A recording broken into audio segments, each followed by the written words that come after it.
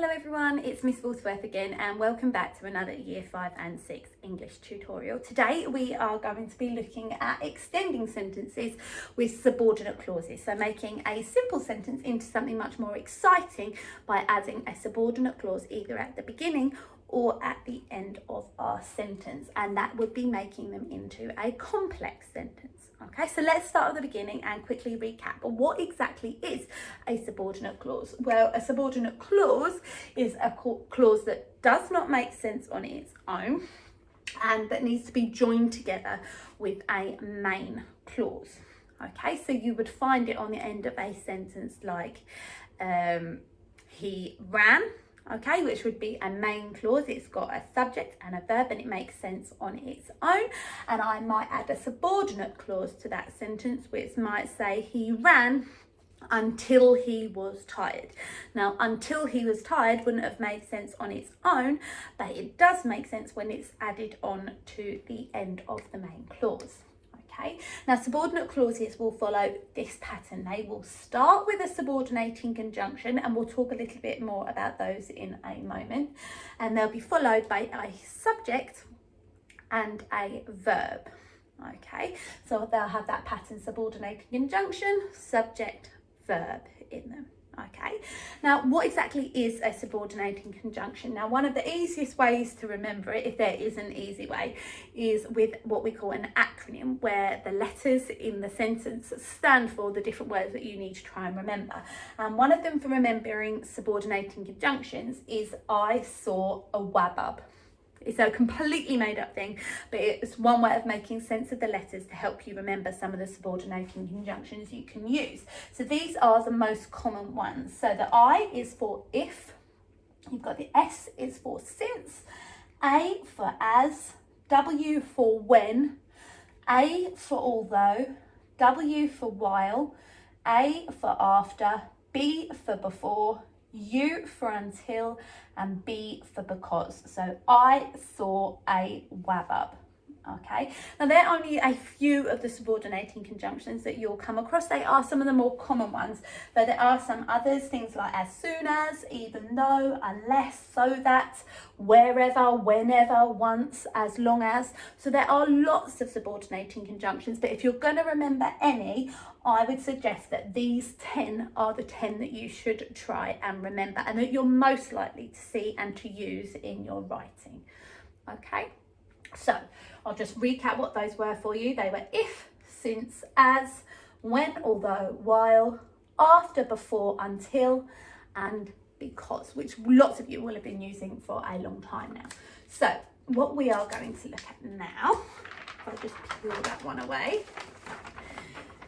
is something that you will be starting to work on a little bit more in Year 5 and 6, which is positioning your subordinate clauses in different places within your sentence.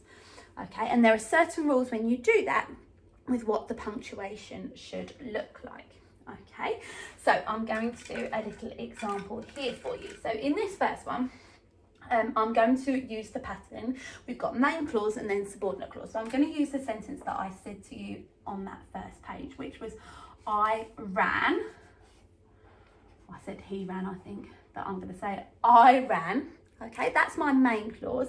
And then my subordinate clause, I'm going to use the subordinating conjunction until. And I'm going to say until there's my subject, could, there's my verb, until I could run no more. Okay, so I've got my main clause first and then my subordinating clause afterwards. And because I've done it in that order, I don't need to use a comma. My main clause can cling on to the subordinate clause all on its own. Okay, if I then take that same sentence, and I'm going to rewrite it under here, but I'm going to put the subordinate clause first. So I'm going to say, until I could run no more,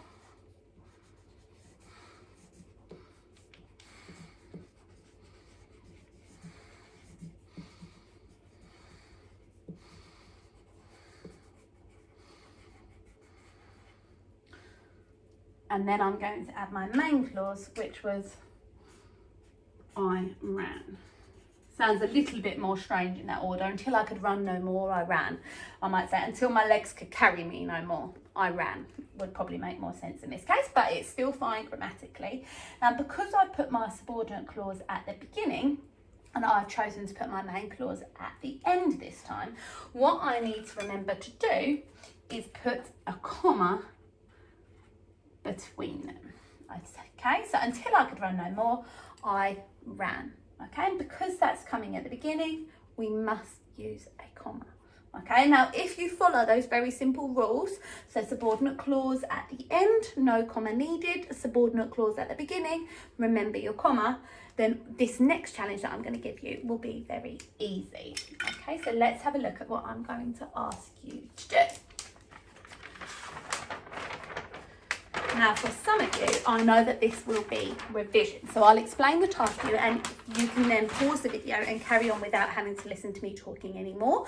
But for those of you who'd like a little bit more of a refresher and see how to do it, I can do a few examples for you and then you can have a go yourself.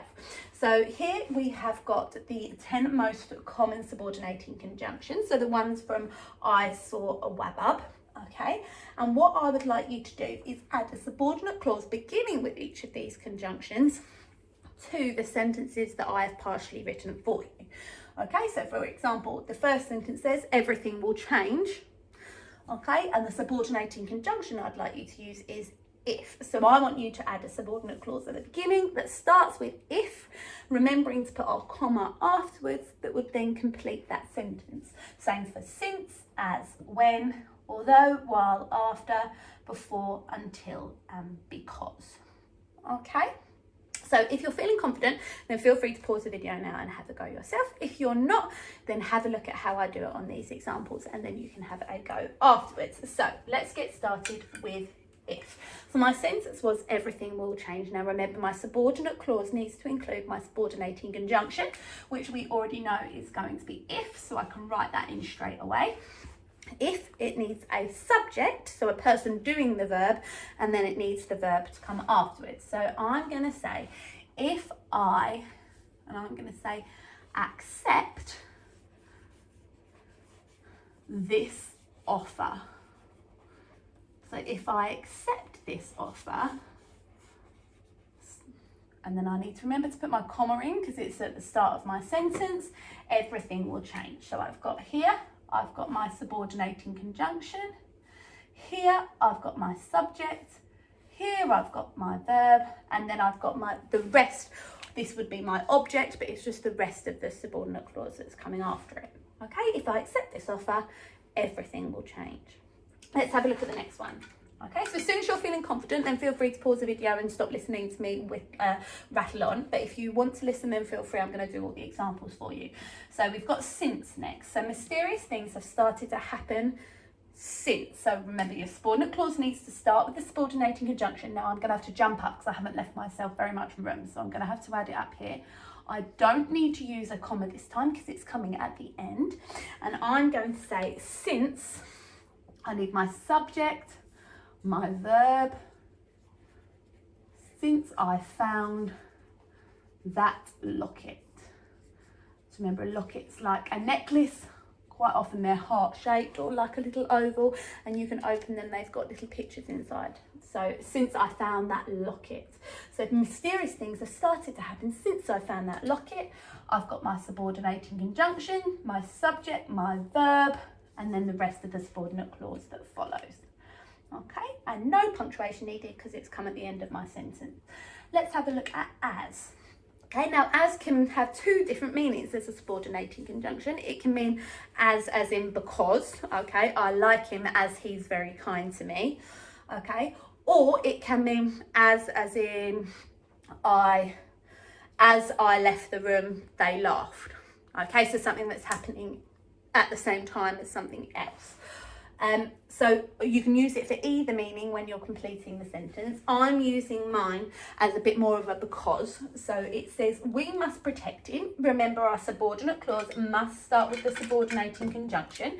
So I'm going to put in my as already. I don't need punctuation because it's at the end of my sentence. So we must protect him as, we need our subject. I'm going to say he, my verb, I'm going to say can't, And I'm going to finish it off and I'm going to say he can't protect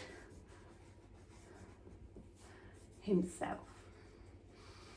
Okay, that's not the only answer. You could write lots of other things. We must protect him as he's our father. We must protect him as he's in danger. We must protect him as they're after him. So there are lots of different things you could put. Next is when. I apologise if you can't really see the yellow very clearly. I'll make sure I tell you what I say. I want to make sure it matches so that you can start to get those, for those of you who are visual learners, you can start to match up the conjunctions with the subordinate clauses. So it says she was heartbroken. When was she heartbroken? So my subordinate clause, again, it's at the end, so I don't need a comma. It must start with the conjunction. So she was heartbroken when, and I'm going to say she was heartbroken when she heard the news.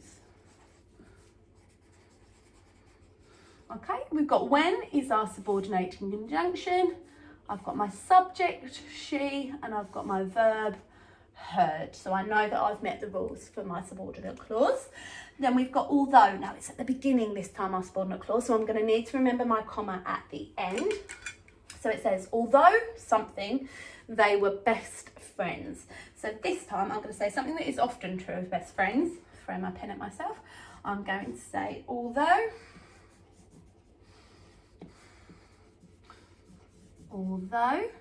my subordinating conjunction, I'm going to say they for my subject, and I'm going to say, I'm just going to add a word between my subject and my verb. I'm going to say, although they often bickered, which means when you argue over silly things.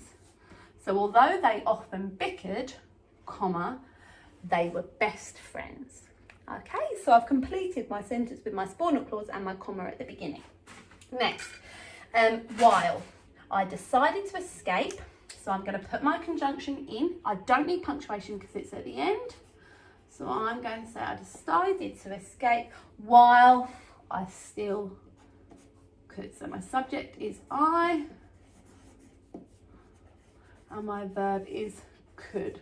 I've just got this word in between, but don't worry about that. So I've got my subordinating conjunction, my subject, and my verb. Don't forget your full stops at the end. Next, remember, as soon as you feel confident to have a go yourself, then pause the video, stop listening to me rattle on, and you can go through and put in your own examples. Just come back and check them once you've had a go. So this time we're going to be using after. Now it's really tricky with after. You need to make sure you don't just say something like after lunchtime, because that wouldn't be a subordinate clause because you haven't got a subject and a verb. Okay, that's just a prepositional phrase. Okay, so we need to make sure I'm going to use my subordinating conjunction after. I need to make sure I put in my subject, so I'm going to say after it, and I'm going to say ended. After it ended, it's at the beginning of my sentence, so I need to put a comma. After it ended, comma, the scenes were euphoric, which means they were really happy, they were really joyful. People may be celebrating in the streets or wherever they are in this sentence. Okay, next one, we've got before, okay, and it says they'd already left. So I'm going to say before, so I've got my subordinating conjunction.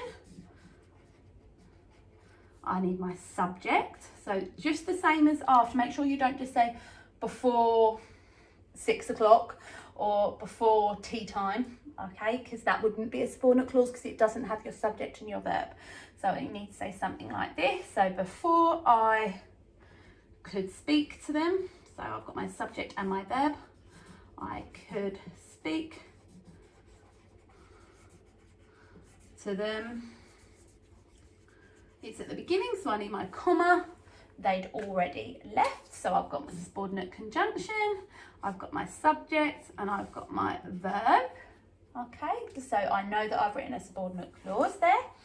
Then we've got until, so Miss W, I couldn't fit my whole name in, Miss W will be grumpy. Anyone in my class would be able to tell you if I'm using the subordinating conjunction until. It's going to be until she, so I've got my subject, until she has is my verb, she has her first